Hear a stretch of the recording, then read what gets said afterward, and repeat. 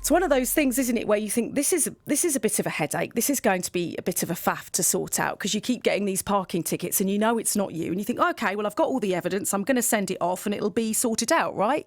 Well, this wasn't the case, as you're about to hear, and continues to not be the case for one woman from Essex. Imagine coming home from having a few days away and you see you've got a couple of parking fines, not just any parking fines. These relate to a location that you have never even been. Well, this happened to Sally. Sally is from a small town in Essex. We've actually changed her name to protect her identity. And as you will hear, she has become a victim of car cloning. Tower Hamlets Council, where these fines were issued, is still pursuing them.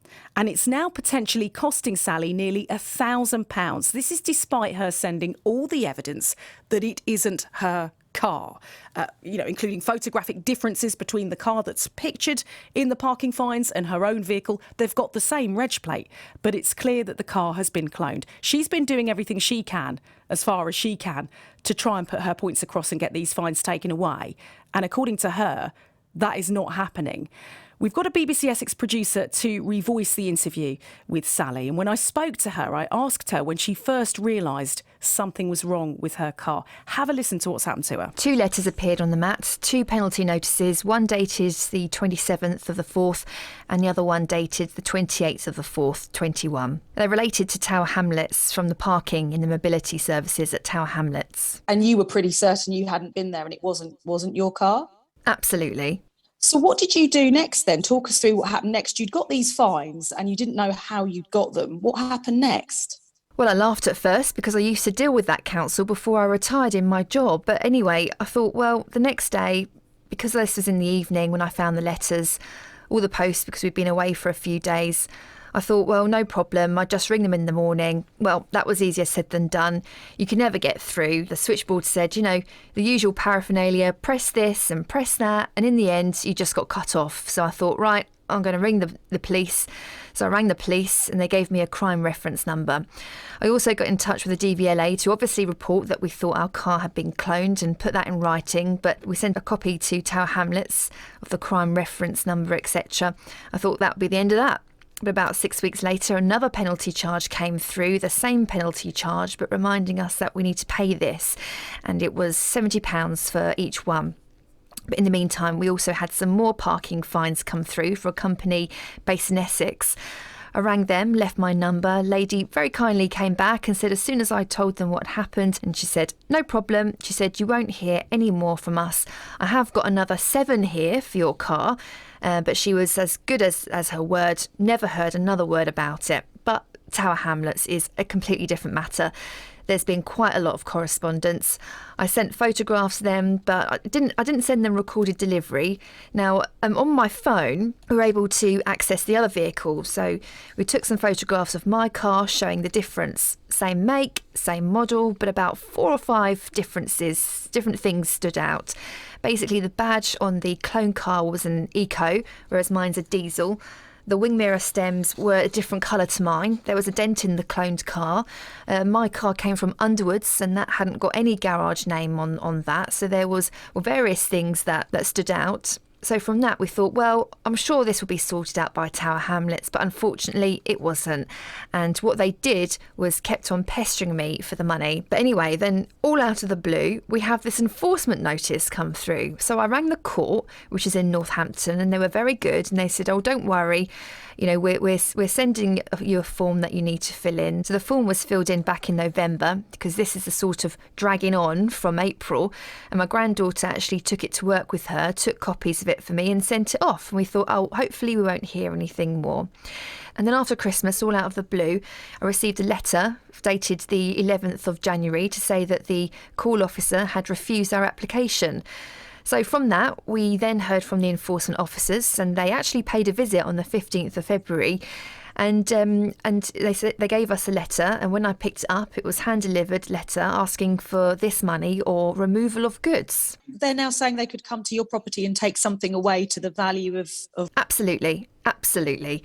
And the most annoying thing is I rang the guy and he left a mobile number and he was actually quite a decent chap, and I told him what had happened, and I was actually in a state at this stage. I'm thinking, because he said, you're lucky your car hasn't been impounded, and I was in such a state over it. And if you can hear, well, I am a strong person, a strong personality. And he said, well, actually, I've been looking at all of this. And he said, you've been backed into a corner, haven't you? He said, but can you afford to pay this? And I said, well, I shouldn't be able to afford to pay it, because it's not ours, it's not our debt, it's not our parking, it's not our car. And from then I decided to get some legal advice from a solicitor, but that was going to be so expensive. And I sort of had a light bulb moment where BBC Essex was on in the background and somebody was talking about something that had happened to them, and I thought I could ring BBC Essex, so that's how it all came about. And I'm glad you did, because I'm flabbergasted listening to it. How much is the debt standing at the moment, Sally? £700. So it started off as £70 for each penalty. You see, what happens is apparently a lot of people will pay it. And with hindsight, I sort of thought to myself, well, should we have paid it? But then why would you pay? I've had, parking fines in the past, and you just pay it before it sort of escalates. And if you speak to the enforcement people, the people at the office, they're horrible, really horrible. Yeah, you wouldn't want to sort of upset them, basically. So I've been quite frightened about it, really. What would your message be to Tower Hamlets Council now? My message to them would be, get your act together and look at the paperwork that has been sent to you, and stop harassing people who, through no fault of their own, are in this situation. And what are you going to do next, do you think? Are you kind of waiting in a situation where some enforcement officers may come knocking at your door again to try and take something? What is the situation for you as it stands right now? Yeah, absolutely. Absolutely. They gave us 14 days. They said you can have a welfare pack where you have to list all of your outgoings, your income and your outgoings. But again, why should we be giving that information to them, and why should we be paying this? And in the meantime, you're just stuck in this system of bureaucracy and fines for something that you haven't done. Well, we're in limbo, in absolute limbo. And because, I dealt with it all, I thought, well, should I have handled this in a different way? But what could you do? You respond to the fines, but nobody wants to know. And to think that the court had refused it, I can't believe it. That's Sally's story. We did contact Tower Hamlets Council, who say that Sally was sent a letter detailing some information and asking for some more documentary evidence relating to this. Tower Hamlets saying, I'm afraid we are yet to receive the required documents. If Sally is able to provide this information, we'd be happy to look into it. We did ask the council when they sent this letter to Sally, and we're still waiting to hear back on that. Let me get some thoughts now from Nick Freeman, who's a lawyer. Nick, good morning to you. Good morning, Sonia. Morning. What do you make of Sally's story and what you've heard? Well, I think Tower Hamlets need to hang their head in shame. It's an appalling situation. She has done literally everything correctly. The only sort of area of criticism, if I can put it that way, is she did need to send the information in by way of recorded delivery, because what appears to be the situation is Tower Hamlets are saying, well, look, we've got a measure in place to ensure that if this does happen, we can deal with it, and we haven't received the documentation. Had it been sent by recorded delivery, then Sally wouldn't have been facing these problems. So she did need to comply with that, and my advice to her would be to actually go around today. I'm sure she's listening to this interview. I would go around today with all the documentation, with all your papers, insist on seeing somebody, and hand it over, get a signature that this documentation has been received, and then she's done all she can. I would ask for a meeting with whoever's responsible and just try and deal with it face to face, because the computer appears to be saying no, and this is what happens with these levels of bureaucracy. Whether or not Tower Hamlet are being truthful when they say they haven't received it, well, your listeners will judge that. I'm not going to make any comment other than to raise the query. There are civil and criminal aspects to this, and she should never pay for tickets, and none of your listeners should ever pay for tickets that don't belong to their vehicles. Cloning, unfortunately, is it's been a problem for a long time, and it will continue to be a problem. And what she should do is, she's reported the matter to the police. The Tower Hamlets are in fact committing a criminal offence. It's under Section 4A of the 1986 Public Order Offence. And she should make an official complaint against, she should write to the chief executive, Tav Hamlets, put his neck in the noose. Let's have someone taking account, holding themselves responsible for the behaviour of the council, which is utterly appalling, and say, look, this is my file. This is what your employees are doing. You're vicariously liable. This is harassment. You are the person who the buck stops with.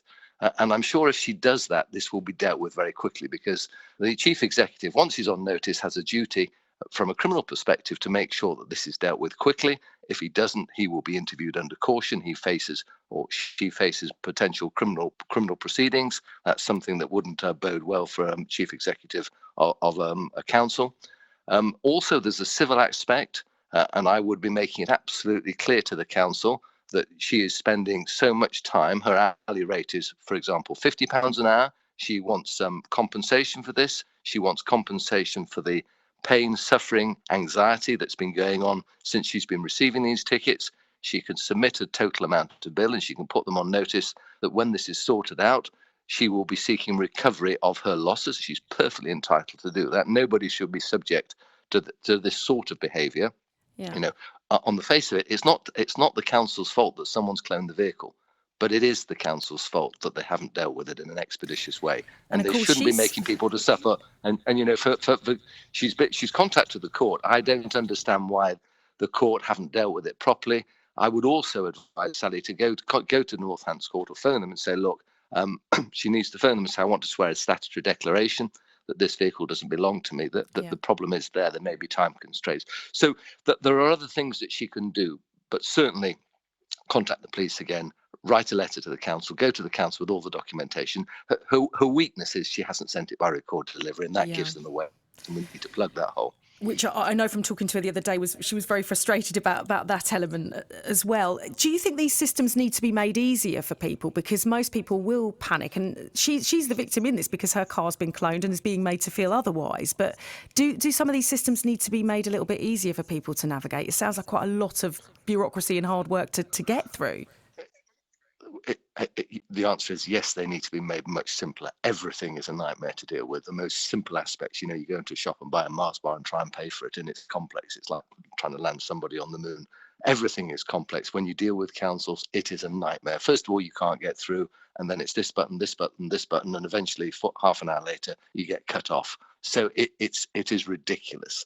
But that is the world we live in, and that's why I say the best thing is go to the council with your documentation, see a human being. There you go, sign you've had it. This is for the chief exec. Sign that, hand that in. Thank you very much. She's done what she can do. She does need to, contact the court and say, look, this is still ongoing. Do I need to swear a stat debt? What you tell me what I need to do. Can I have your name, please? I'm putting you on notice as well that you're responsible because this is a legal document that's being enforced against me and I'm totally innocent. You have to make people accountable, and then they think, I can't hide from this. And unfortunately, that's what she needs to do. But the system should be much simpler. And there are so many people whose cars are cloned, but obviously by criminals who are up to no good, and they want to get away with it. They don't want to be stopped by the police. So, if we had a greater police presence, these people will be held to account. This has been going on since April, and it's quite clear from what you're saying that the people who are driving this car haven't been stopped, and they're going around with a cloned vehicle for 10 months now. Nick, thank you. It's a problem with society. Some really useful information there, Nick. Thank you for coming on and sharing that with Essex. Nick Freeman, a lawyer on BBC Essex. Let's bring you up